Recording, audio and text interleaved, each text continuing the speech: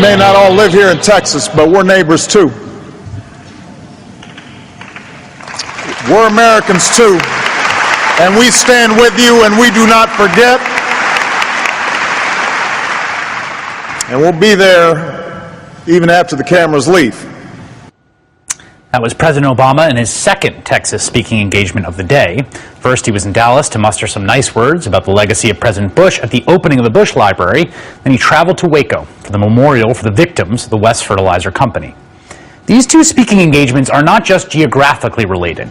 There's a thread that runs through an amazing, and I think until now untold story of the Bush administration and how it went about defeating the kind of regulation that would have strengthened federal oversight for the plant that blew up.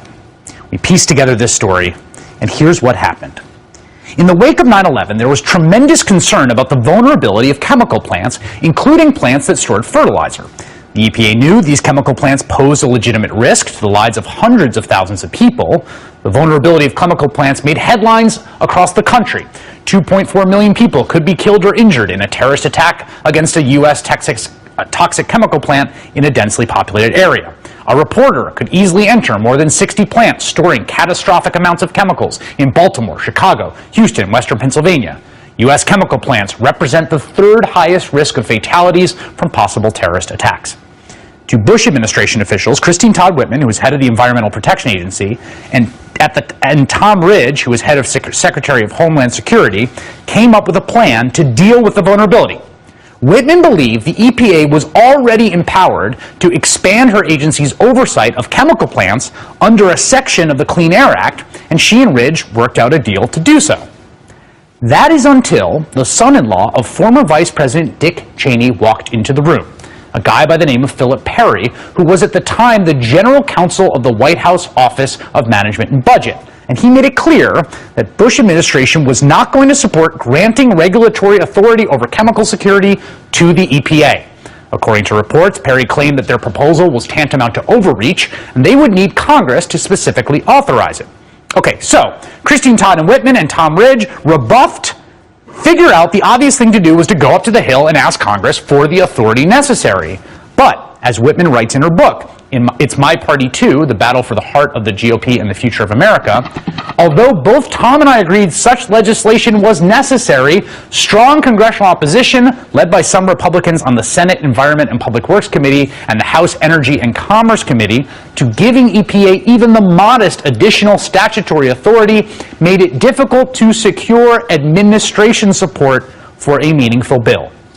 Basically, the Bush administration from above pulled support for that bill because the chemical industry does not want to be regulated by the EPA. Fast forward a few years to 2007, and Phil Perry, again, Dick Cheney's son-in-law, is now over at the Department of Homeland Security as the department's general counsel. And what he manages to do in an uncontroversial bill, an appropriations rider, is slip in industry-friendly language into the bill that moves the task of regulating chemical plants from the Environmental Protection Agency to the Department of Homeland Security.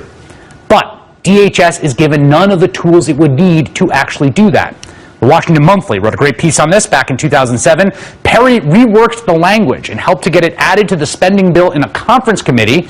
Under the new amendment, the DHS would have nominal authority to regulate the chemical industry, but also have its hands tied where required. So let's recap. The Bush administration's own cabinet secretaries come up with a plan to regulate these chemical plants. It is stymied by Phil Perry once. The Bush administration sides with the chemical industry when it's brought before Congress, and then basically in a backroom maneuver, Perry does the chemical industry's bidding by moving the oversight of this from the EPA, which the chemical industry hates, to DHS, which the chemical industry thinks they can more easily manipulate. Now, go ahead to 6 years.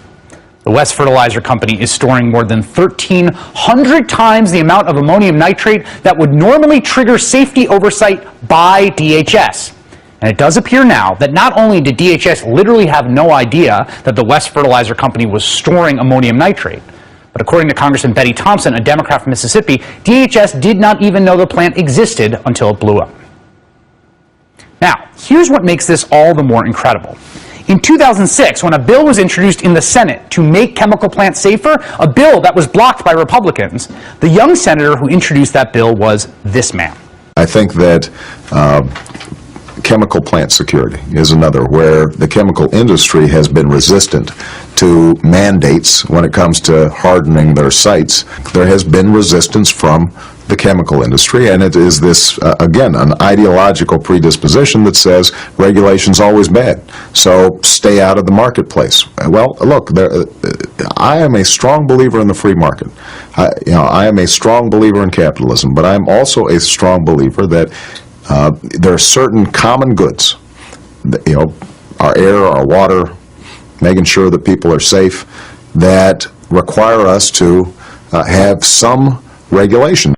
All right, so given that the Bush-backed legislation that moved oversight of big places storing fertilizer from EPA to DHS, given that's the law of the land, and given that Republicans in Congress are not going to change it, the administration has been considering just recently granting the EPA the original authority that Christine Todd Whitman wanted way back in the first place.